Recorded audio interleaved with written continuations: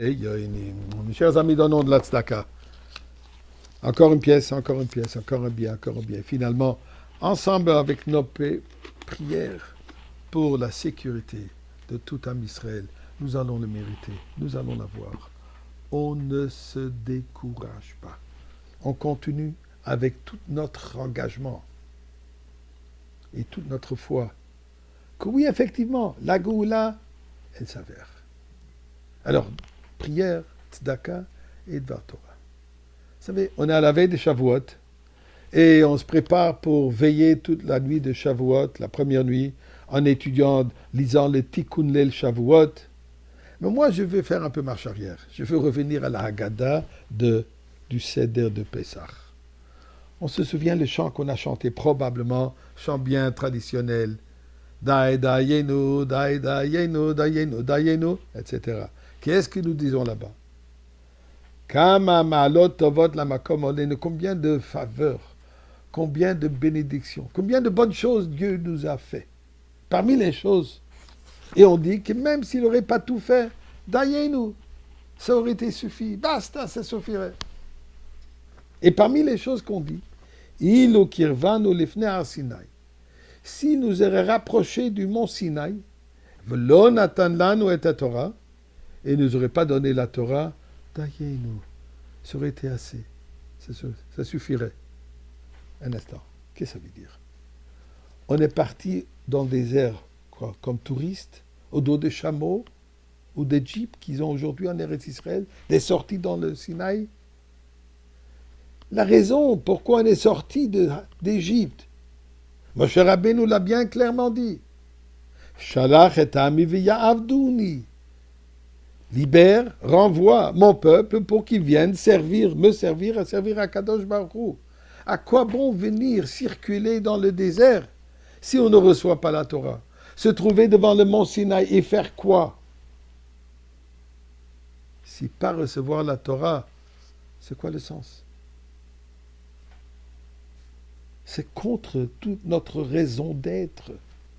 C'est contre la raison de notre sortie d'Égypte et tous les miracles que Dieu a fait. Donc c'est quoi l'explication? Eh bien, regardons dans le Passouk comment était la situation quand on se trouvait au mont Sinaï. La Torah nous dit la chose suivante. Au troisième mois que le peuple juif est sorti d'Égypte. On est sorti durant le mois de Nissan, donc le troisième mois, le mois de Sivan, qu'on vient d'entamer, Erev Shabbat, Rosh Chodesh Sivan. Bayom Azé, à ce jour même, Baou Midbar Sinaï, donc Rosh Chodesh Sivan, on est arrivé au mont Sinaï. Je m'excuse, Midbar Sinaï, au désert de Sinaï. Et ensuite, ils ont voyagé. Vaïssoum et Refidim, ils ont voyagé de l'endroit qui s'appelle Refidim. Vayavo Midbar Sinaï, ils sont arrivés dans le désert Sinaï. Vayachanu Bamidbar, ils ont campé au pluriel dans le désert. Bien sûr que c'est au pluriel, c'est tout le peuple juif. Mais ensuite, il y a marqué Vayichan Sham Israël Negedahar. Vayichan, il, au singulier, a campé face de la montagne. Nous dit Rashi, pourquoi tout à coup il change du pluriel, qui est logique, au singulier, qui n'a pas de sens? Nous dit Rashi la raison pourquoi il parle au singulier, puisqu'ils étaient tellement unifiés qu'ish echad belev echad. Ils étaient tous ensemble, ils étaient tous unis comme un cœur, une personne. À tel point était leur sentiment d'artout, leur réalité d'unification, qu'ils étaient comme une personne. Et pour ça, la Torah précise, Vayichan, au singulier. Donc, qu'est-ce qui est arrivé à ce moment devant Har Sinaï? Devant la montagne, ça a crié une ardoute, une unification absolue au sein du peuple juif. Eh bien, nous dit la Balagada,